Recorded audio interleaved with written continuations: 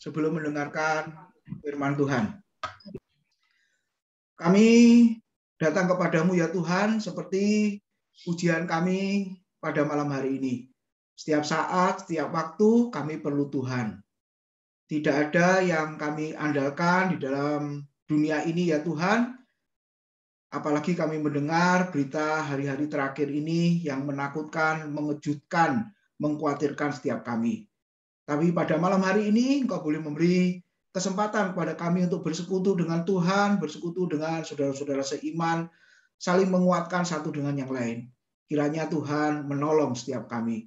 Teristimewa pemberitaan firman Tuhan boleh menjadi bagian yang indah dalam hidup kami. Terus menjadikan kami tetap kuat untuk menghadapi segala perkara. Terima kasih Tuhan, persiapkan kami semua, dan Kau pakai hamba-Mu menjadi saluran berkat pada malam hari ini. Dalam nama Tuhan Yesus, kami sambut firman Tuhan. Amin. Ya, selamat malam Bapak Ibu Saudara yang dikasihi oleh Tuhan. Nah, kita mengucap syukur bisa bertemu bersama-sama pada malam hari ini. Nah, sebelum kita menaikkan doa-doa syafaat kita, saudara-saudara, saya akan membagikan firman Tuhan di dalam kitab Mazmur sesuai dengan bacaan Alkitab kita setiap hari ya.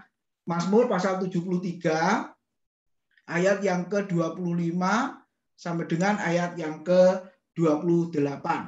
Beri tema firman Tuhan malam ini adalah selain Engkau tidak ada yang lain. Coba kita baca dulu Mazmur 73 ayat 25 sampai dengan 28. Siapa gerangan ada padaku di surga selain engkau? Selain engkau tidak ada yang kuingini di bumi. Sekalipun dagingku dan hatiku habis lenyap, gunung batuku dan bagianku tetaplah Allah selama-lamanya.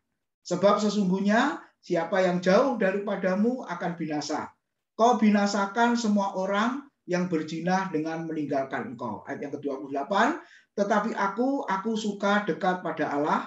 Aku menaruh tempat perlindunganku pada Tuhan Allah, supaya dapat menceritakan segala pekerjaannya.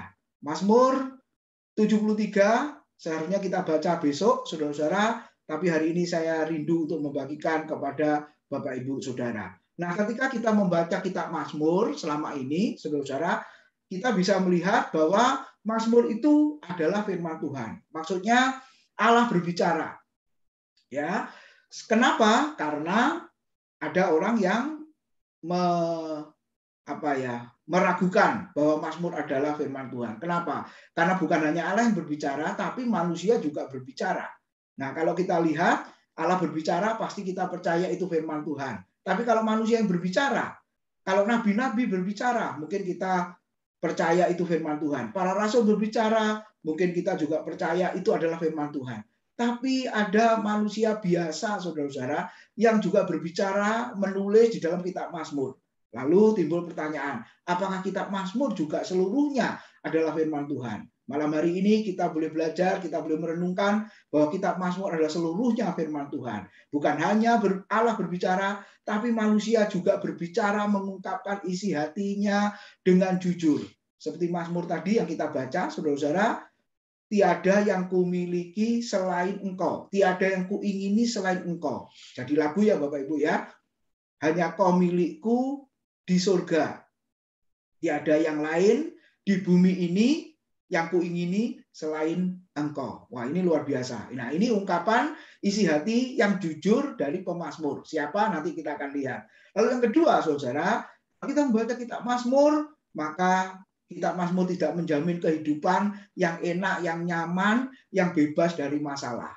Kalau saudara baca kitab Mazmur, banyak orang-orang umat Tuhan, ya, para tokoh di situ yang juga menderita. Ya, kalau kita renungkan hidup kita sama, saudara, karena perjalanan hidup kekristenan kita juga tidak dijamin hidup enak, nyaman, saudara, bebas dari masalah. Lalu yang ketiga, nah ini yang penting. Ketika kita membaca kitab Mazmur, sebenarnya Mazmur itu dari kata Yunani mismor ya, saudara-saudara, ya, Ibrani mismor itu artinya nyanyian atau pujian. Makanya banyak lagu yang diciptakan diambil dari kitab Mazmur dan juga merupakan doa-doa. Nah, saudara-saudara, kita melihat sebelumnya Mazmur itu ada berbagai macam ya. Yang pertama Mazmur ratapan, tangisan, saudara. Nah, ini mengungkapkan penderitaan dari sang pemazmur, mengungkapkan kekecewaannya dan mengungkapkan pergumulan pribadinya kepada Tuhan. Itu yang dikenal dengan Mazmur ratapan. Mungkin Bapak Ibu sudah membaca selama ini di kitab Mazmur, ketemu saudara pemazmur yang meratap, yang menangis. Ya, apalagi Mazmur 22 itu yang sangat terkenal ya, Allahku, Allahku, mengapa engkau meninggalkan aku? Ya, di padang gurun orang Israel ketika berdoa didengar doanya. Tapi kali itu Daud bukan hanya tidak didengar, tapi dia merasakan Allah meninggalkan dia. Nah, itu dikenal dengan Mazmur ratapan. Lalu ada Mazmur ucapan syukur atas pemeliharaan, perlindungan, saudara campur tangan Tuhan. Lalu sang pemazmur bersyukur. Lalu ada juga pujian, ya, sehingga ada ayat yang mengatakan engkaulah Tuhan yang bertata di atas pujian orang Israel. Nah, saudara, ketika pujian dinaikkan, Allah hadir. Seperti malam hari ini kita memuji Tuhan, dia juga ada di tengah-tengah persekutuan kita. Lalu ada Mazmur keselamatan. Apa yang diperbuat oleh Tuhan atas umatnya, saudara. Nah, banyak ya, terutama tentang sejarah di pasal berapa itu? 78 ya sebelumnya. Itu beberapa hari ke depan kita akan membacanya. Itu tentang perbuatan Tuhan yang dikerjakan khusus kepada bangsa Israel, saudara. Waktu dibebaskan dari perbudakan Mesir sampai ke padang gurun, lalu sampai ke negeri Kanaan. Nah, itu campur tangan Tuhan. Lalu ada Mazmur perayaan dan pengukuhan, terutama pelantikan raja, saudara, kemenangan. Nah, di situ ada Mazmur perayaan. Kemudian yang keenam ada Mazmur hikmat, memuji hikmat dan kehidupan yang bijaksana. Nah, Mazmur 73 yang kita baca dan yang akan kita renungkan bersama malam hari ini termasuk Mazmur hikmat, saudara. Memuji sang hikmat itu sendiri, yaitu Tuhan, dan bagaimana berelasi dalam kehidupan kita umatnya yang juga harus hidup dalam bijaksana. Lalu ada nyanyian atau pujian iman, dan yang terakhir yang 8 Mazmur kutukan. Nah, karena kitab Mazmur tidak bicara moral etika, saudara, tapi bicara pengungkapan isi hati sang pemazmur, maka dengan spontan meluap saja kalau ada musuh lawan-lawannya, saudara, itu ya, dan dikatakan di situ ya ada istilahnya Mazmur kutukan. Ya, itu yang kita lihat sepintas. Nah, Mazmur 73 tadi dikatakan Mazmur hikmat, ya, atau hidup dengan bijaksana. Nah, siapa yang menulis? Sudah lihat di ayat 1 dikatakan Mazmur Asaf, ya. Mazmur Asaf. Jadi siapa Asaf itu? Dikatakan ahli musik dari suku Lewi, penyanyi utama, saudara. Nah, kalau sekarang WL gitu ya, worship leader, dengan memakai ceracap tembaga ketika tabut dibawa ke Yerusalem, saudara. Waktu zamannya Daud itu ya. Kemudian diangkat Daud sebagai kepala paduan suara dalam ibadah di bait suci pada masa itu, sebagai penulis Mazmur yang digunakan Hizkia dalam memulihkan ibadah di bait Allah. Nah, saudara, kita bisa melihat Mazmur 73 termasuk Mazmur hikmat yang di dalamnya diajarkan tentang hidup bijaksana. Ada beberapa pasal setelah 73, 74, 75 dan seterusnya. Nah, kemudian saya kutip Matthew Henry, saudara, berbicara khusus tentang ayat 25 tadi ya, yang dikatakan tiada yang lain di surga selain engkau, tiada yang lain kuingini di bumi selain engkau. Dikatakan seluruh kitab Mazmur jarang sekali ada ayat yang lebih kuat dari ayat 25 ini dalam mengungkapkan kesalehan dan kasih sayang yang dirasakan oleh sebuah jiwa terhadap Allah. Di sini jiwa itu membumbung menghampirinya dan bersusah payah mengikutinya. Akan tetapi pada waktu yang bersamaan, jiwa itu juga mendapatkan kepuasan menyeluruh di dalam dia. Nah, ini saudara pengalaman sang pemazmur berbicara soal kepuasan jiwa, kelegaan jiwa, Bapak Ibu, maka kita bisa merasakan ya Asaf ya sampai tadi dia mengatakan tiada yang lain kuingini di bumi selain engkau. Apakah malam hari ini Bapak Ibu bisa berkata seperti itu? Jiwa yang dipuaskan, saudara, jiwa yang mengalami kelegaan bisa berkata hanya engkau saja. Yang lain tidak aku ingini. Wah, itu satu hal yang luar biasa. Nah, hari ini kita boleh merenungkan di dalam bagian ini. Saudara, apakah yang menjadi keinginan kesukaan kita? Kalau kita boleh merenungkan, saudara, setahun setengah ini, ya, maka yang menjadi keinginan, kesukaan, hobi, saudara, bisa tertunda atau mungkin tidak terlaksana. Kenapa, saudara? Karena ada beberapa saudara kita yang terpapar COVID, bahkan meninggal. Nah, saudara-saudara, secara umum, nah, orang senang jalan-jalan ya, Bapak Ibu Saudara ya, menikmati pantai lah, ya, kemudian naik perahu lah, ya, sukacita dan lain sebagainya. Dan yang terakhir naik gunung, saya ingat Pak Adolf sama Bu Emi, nah ini hobinya, kesukaannya ke sana, saudara-saudara, tapi semuanya tertunda karena kondisi, karena keadaan tidak bisa dilaksanakan. Tetapi pemazmur tadi mengatakan ada kesukaan, keinginan, hobi yang tidak bergantung kepada keadaan dan situasi. Apakah itu, saudara-saudara? Firman Tuhan tadi mengatakan dekat dengan Tuhan. Kalau dikatakan ingin Tuhan, tidak ada yang lain di bumi selain Tuhan yang aku ingini. Wah, ini luar biasa. Memang masih hidup di dalam dunia, masih membutuhkan hal-hal yang ada di dunia, tapi di dalam jiwa yang paling dalam, saudara, ketika menemukan kepuasan, kelegaan di dalam Tuhan, maka orang itu bisa berkata, hanya Tuhan, saudara, hanya Tuhan. Kenapa, Bapak Ibu Saudara? Kalau kita boleh renungkan, ingin punya banyak uang sekarang katakanlah, waktu ke rumah sakit juga tidak bisa diterima, karena semuanya penuh. Punya uang banyak, mau jalan-jalan juga nggak bisa, saudara. Ingin apa saja, makan bersama, saudara, kumpul-kumpul dengan banyak orang, itu pun semua sudah tidak memungkinkan karena kondisi yang menyebabkan seperti itu. Tapi ketika saudara-saudara ingin Tuhan, ya, maka tidak ada hambatan, tidak ada batasan. Seperti pemazmur yang bernama Asaf tadi mengatakan, tetapi aku suka dekat dengan Tuhan. Daud juga berkata di dalam Mazmur pasal yang 62 ayat 2 dan 3. Dia berkata, hanya dekat Allah saja aku tenang, daripadanya Allah keselamatanku. Hanya dialah gunung batuku dan keselamatanku, kota bentengku, aku tidak akan goyah. Ini sudah jadi lagu juga, Bapak Ibu. Hanya dekat Allah ada ketenangan. Suka dekat Allah ada ketenangan. Di tengah hiruk pikuk, suasana yang mencekam, ketidaktenangan dan lain sebagainya, malam hari ini firman Tuhan mengingatkan kita supaya kita seperti Asaf, kita seperti Daud, yaitu punya kerinduan untuk dekat dengan Tuhan. Kenapa, saudara? Di gambar itu saya tunjukkan orang tua dengan anak.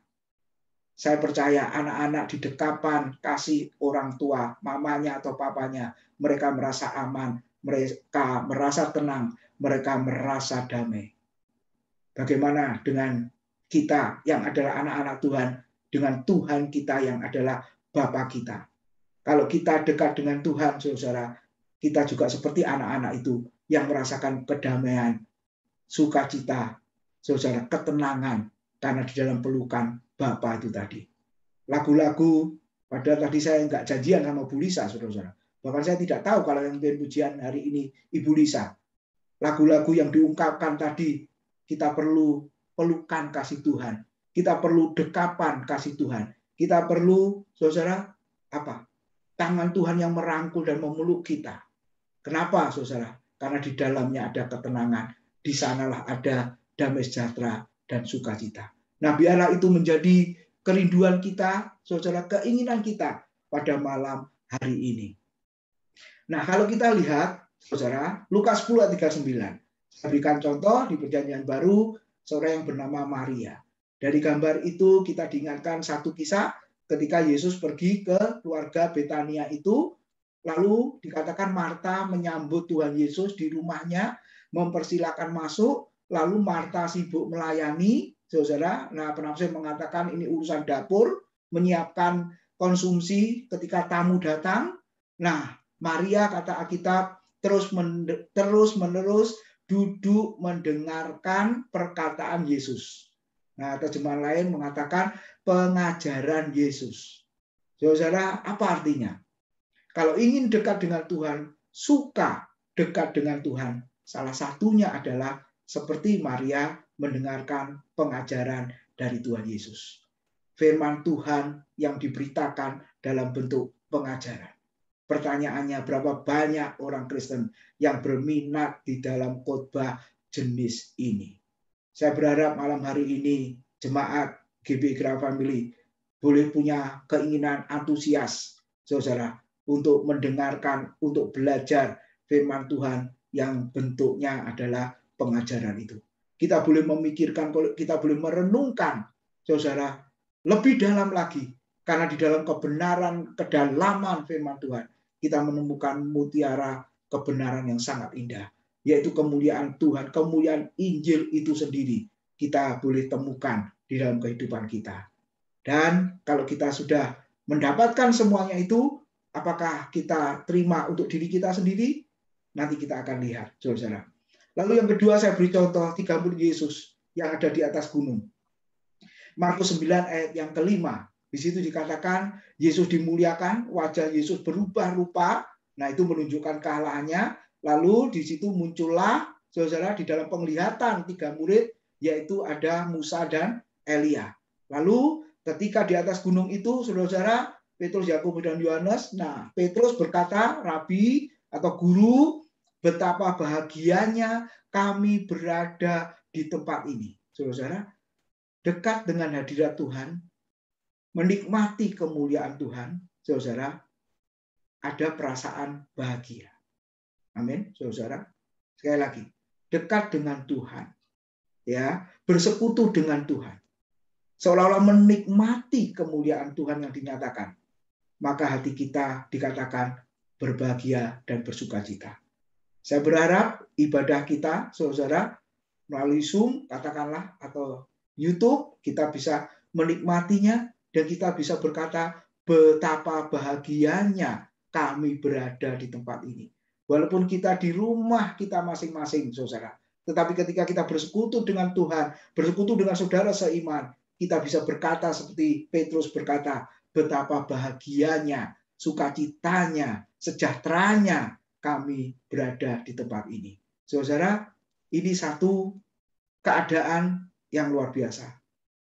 Kembali ke pertanyaan semula. Kalau sudah dekat Tuhan, merasa ketenangan, merasa ada bahagia, saudara, merasa ada sukacita.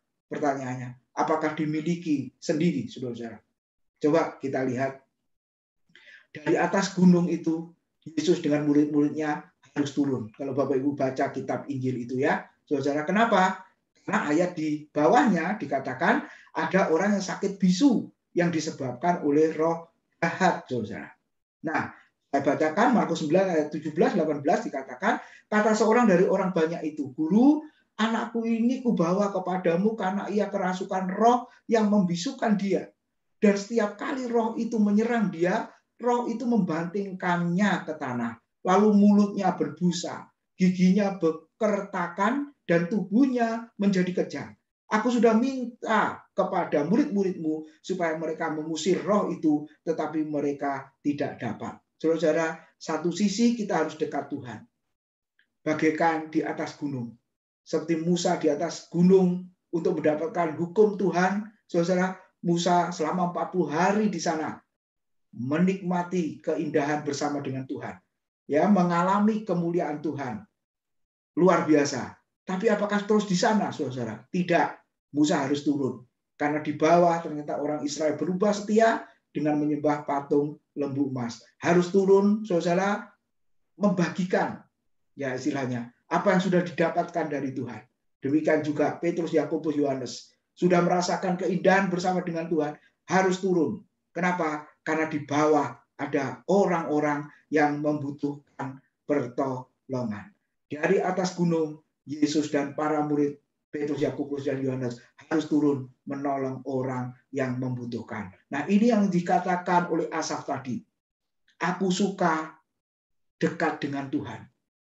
Lalu setelah suka dekat dengan Tuhan, ayat yang terakhir 28 bagian C tadi apa? Supaya aku dapat menceritakan pekerjaan-pekerjaan Tuhan. Bapak Ibu Saudara, di masa pandemi ini, apa yang sudah Bapak Ibu alami bersama dengan Tuhan? Saya percaya pasti ada berkat pemeliharaan penyertaan Tuhan yang sudah kita alami. Dan yang terpenting adalah ketika Tuhan Yesus menyelamatkan kita, menebus dosa kita, berkarya dalam hidup kita, saudara. Itu pekerjaan Tuhan yang dahsyat, yang tidak bisa ditiru oleh si jahat, tidak bisa dilakukan oleh si iblis, tidak bisa dikopi oleh hamba Tuhan. Kenapa? Karena ini pekerjaan dari Allah Tritunggal di dalam keselamatan hidup kita. Itu pekerjaan Tuhan. Dan firman Tuhan mengatakan kita harus menceritakannya kepada orang lain. Dekat dengan Tuhan, di dalamnya ada sukacita, ada kebahagiaan, saudara, ada sejahtera. Kita bagikan kepada orang lain sesuai dengan visi misi gereja kita, saudara-saudara. Maka yang terakhir, apa tujuannya? Sekali lagi, bukan untuk diri sendiri, tetapi dikatakan, coba kita baca bersama-sama, Mazmur 73 ayat 28. Tetapi aku suka dekat pada Allah. Aku menaruh tempat perlindunganku pada Tuhan Allah, supaya dapat menceritakan segala pekerjaannya. Jadi Bapak Ibu Saudara, tidak ada yang lain yang kita ingini selain Tuhan. Dengan cara apa kita menginginkan Tuhan? Kita terus-menerus hidup dengan dekat dengan Tuhan. Dan setelah dekat dengan Tuhan, saudara, kenikmatan, keindahan, kebahagiaan tidak kita rasakan sendiri, tapi kita boleh bagikan kepada orang lain. Kiranya Tuhan memberkati kita. Mari kita berdoa. Kami datang kepadamu pada malam hari ini. Firman-Mu boleh mengingatkan setiap kami, ya Tuhan, supaya kami terus berusaha untuk dekat dengan Tuhan. Sebab di sanalah kami menemukan ketenangan. Di sanalah kami menemukan kebahagiaan. Di sanalah kami menemukan sukacita. Di tengah-tengah keadaan dunia yang tidak menentu, keadaan dunia menakutkan, yang mengkhawatirkan kami, tapi ada tempat perlindungan yang sangat aman, yaitu di dalam Tuhan. Oleh sebab itu, Engkau menolong setiap kami anak-anak-Mu. Kami tidak mengetahui secara pasti pergumulan demi pergumulan yang dialami oleh jemaat-Mu pada malam hari ini. Tapi biarlah mereka membawanya kepada Tuhan. Terima kasih ya Tuhan. Terima kasih. Kami percaya berkat firman Tuhan menjadi bagian yang indah dalam hidup kami. Dalam nama Tuhan Yesus, kami sudah berdoa dan mengucap syukur. Amin.